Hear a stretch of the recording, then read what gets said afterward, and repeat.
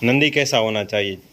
Example के तौर पे लेते हैं कि हमारी फसल होती है, हम बीज तो उसमें से रखते नहीं हैं, बीज तो हम बढ़िया वाला। पता मित्रों, मैं नारायण भाई बसरा, गुजरात राजकोट से। आज तारीख है 5 और मैं अपनी मूंगफली दिखाने जा रहा हूँ। और आज काफ़ी अच्छी धूप निकली है और आज धूप रहेगी और रात को बारिश नहीं आएगी और कल भी ऐसा रहेगा, तो दोपहर के बाद जुताई हो सकती है। तो चलो मैं अपनी मूंगफली दिखाता हूँ और हमारी बाउंड्री के ऊपर जो घास रहती है वो भी दिखाता हूँ। कल दिखाई थी, आज खेत पे अंदर झाप आया, उसलिए दूसरी तरफ जो बाउंड्री वहाँ पे जो है वो दिखाता हूँ। चलो दिखाता हूँ। लगातार बारिश होने की वजह से भी हमारी मूंगफली पीली नहीं दिख रही और जो सामने से धूप आ रही है उसकी वजह से हरी दिख रही है और इसकी वजह से शायद किसी को लगे कि पीली दिख रही है, लेकिन एकदम से पास में रख के दिखाता हूँ। ये पीली नहीं दिख रही, ये नए अंकुरित हुए उपले जो पान आते हैं वो एकदम से हरे हरे दिख रहे हैं। इसकी वजह से जो मैं पीछे इसका लूँगा तो उसकी वजह से वो पीला दिखाई देगा, लेकिन वो पीली नहीं है। तो आज खेत के अंदर झाप आ रहा है और आज काफ़ी बढ़िया धूप रही और सुबह में हल्की हल्की बारिश हुई, लेकिन धूप की वजह से आज खेत के अंदर झाप आया है। और मैं दिखा रहा हूँ जो ये कल दिखाई थी पीछे से बाउंड्री पे घास, एकदम ज्वार और बाजरे जैसा दिखता है। तो ये पहले तो ये बारिश के सीज़न में खिलाने के लिए यहाँ पे ऐसे ही काट सकते, क्योंकि यहाँ पे ज़्यादा कीचड़ नहीं रहता। शायद हम खेत पे ज्वार या बाजरा लगाएंगे तो नहीं काट पाएंगे, तो ये फ़ायदा करता है। और दूसरा फ़ायदा ये करता है, मैं आपको एक चीज़ दिखाता हूँ। ज़्यादा पानी का बहाव आएगा तो हमारा खेत की मिट्टी धंसने नहीं देगी और हमारा खेत में जो एकदम से मिट्टी वगैरह चला जाएगा, वो भी दिखाता हूँ। ये खेत और ये जो पास वाला खेत है, ये ऊपर नीचे प्लॉट है, इसके शायद 1.5 फुट वो प्लॉट नीचे है और ये इस 1.5 फुट ऊंचाई पे है। और आप देख रहे हो एकदम से बढ़िया दिख रही है और थोड़ा बहुत खरपतवार हो गया है। आज के दिन जैसा कल रहेगा तो कल दोपहर के बाद जुताई होगी तो कोई दिक्कत नहीं होगी। और जो ये पीछे की साइड है, यहाँ पे तो शुरू में से ही पानी भरा रहा है और फिर भी डटी रही है मूंगफली और कोई दिक्कत नहीं। अब देखने वाली बात यह है, और एक दो बार जुताई हो जाए और खरपतवार के लिए जो नुड़ाई गुड़ाई हो जाए तो कोई दिक्कत नहीं रहेगी। तो एकदम से ये भी बढ़िया निकल आएगी और ये भी कोई दिक्कत नहीं है, लेकिन थोड़ी बहुत खरपतवार निकल आई है। कल जुताई हो जाए तो कोई दिक्कत नहीं रहेगी और एकदम से बढ़िया दिख रही है अभी तो मूंगफली, अभी तो कोई दिक्कत नहीं है। जो लगातार बारिश रहेगी तो खरपतवार की वजह से परेशानी रहेगी। जो आज धूप रही है, वैसी 2-3 दिन धूप रहे तब तो कोई दिक्कत नहीं रहेगी, वो जुताई भी हो जाएगी और जो खरपतवार है उसके लिए लेबर भी मेंटेन हो जाएगा। तो एकदम से बढ़िया है। पीछे वाली भी मूंगफली पीली नहीं दिख रही है और जो ये दिख रहे हैं हरे हरे पांद, वो नए पांद है और थोड़ा बहुत खरपतवार है, इसकी वजह से दिक्कत है। चलो अब मैं गोधन दिखाता हूँ। आज तो गोधन को भी मज़ा आ गया था क्योंकि हरा चारा खाने को मिला था, क्योंकि नहीं तो ड्राई ही चारा मिलता है, क्योंकि बारिश लगातार शुरू होने की और रहने की वजह से हरा चारा काट नहीं पा रहे थे। तो चलो गोधन दिखाता हूँ।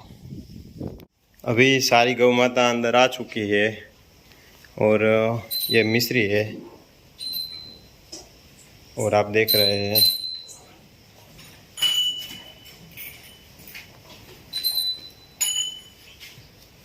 आहिस्ता आहिस्ता झुकाव बढ़ता जा रहा है, क्योंकि मालूम यहाँ से पड़ता है।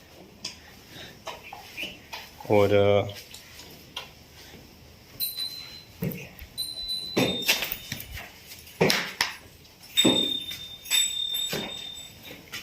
अडर पे भी आ रही है, बढ़ती जा रही है।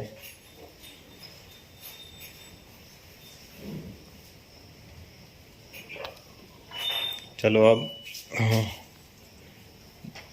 दूध दोने का समय है, दो लेते हैं और वापस सबको छोड़ के चारा डाल के एक पॉइंट के साथ हम बात करेंगे नंदी कैसे तैयार करते हैं। अभी सारी गौ माता को मूंगफली का चारा लगा दिया और सभी गौ माता एक सेम लाइन में खड़ी रह के खा रही है, एकदम अगल बगल में। अगर इनको बांध के रखेंगे तो ये सारी झगड़ेगी, लेकिन ये फ्री है इसलिए झगड़ेगी नहीं और मिलजुल के खाना खाएंगी। और हम बात करने वाले थे नंदी के बारे में, तो चलो उस टॉपिक पे बात करता हूँ।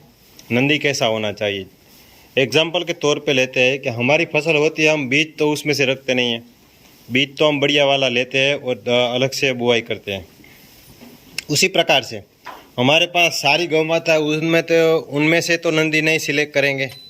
अगर अलग ब्लड लाइन से उनकी मौसी या उनकी बहन वगैरह नहीं होगी और वो अच्छी बहुत गौ माता होगी, तब उनमें बछड़ा आएगा, तब नंदी रखेंगे।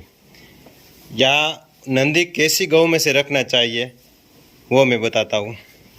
एग्जाम्पल के तौर पे चलो ले लो कि ये मेरी गौ माता है सोनल, ये 7 बच्चा दे चुकी है, लेकिन एकदम से फिट, सभी तरह से फिट। मिल्क निकाल लेने के बाद इनका आर्डर देखेंगे तो एकदम से सूख गया, वो बात भी अलग है। और उनकी ह्यूमिनिटी पावर कैसी है वो बात ज़्यादा मेंटेन रखती है नंदी सिलेक्ट करने में, बछड़ा तैयार करने में।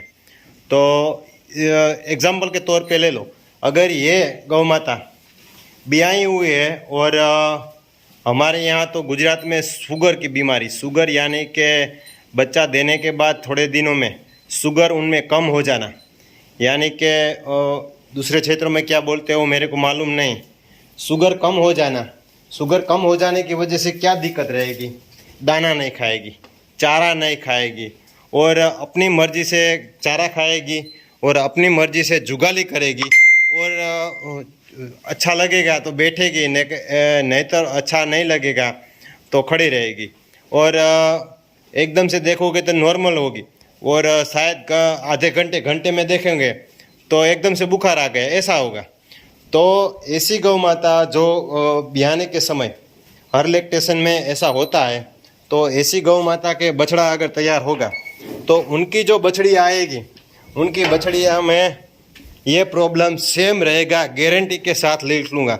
आज तक किसी भी बड़े ब्रीडर ने नहीं बताया होगा, क्योंकि उम्र से बड़ा तजुर्बा होता है। जिनको ज़्यादा तजुर्बा होता है वो एक दूसरे को शेयर करेंगे, तभी सही दिशा में गौ पालन होगा।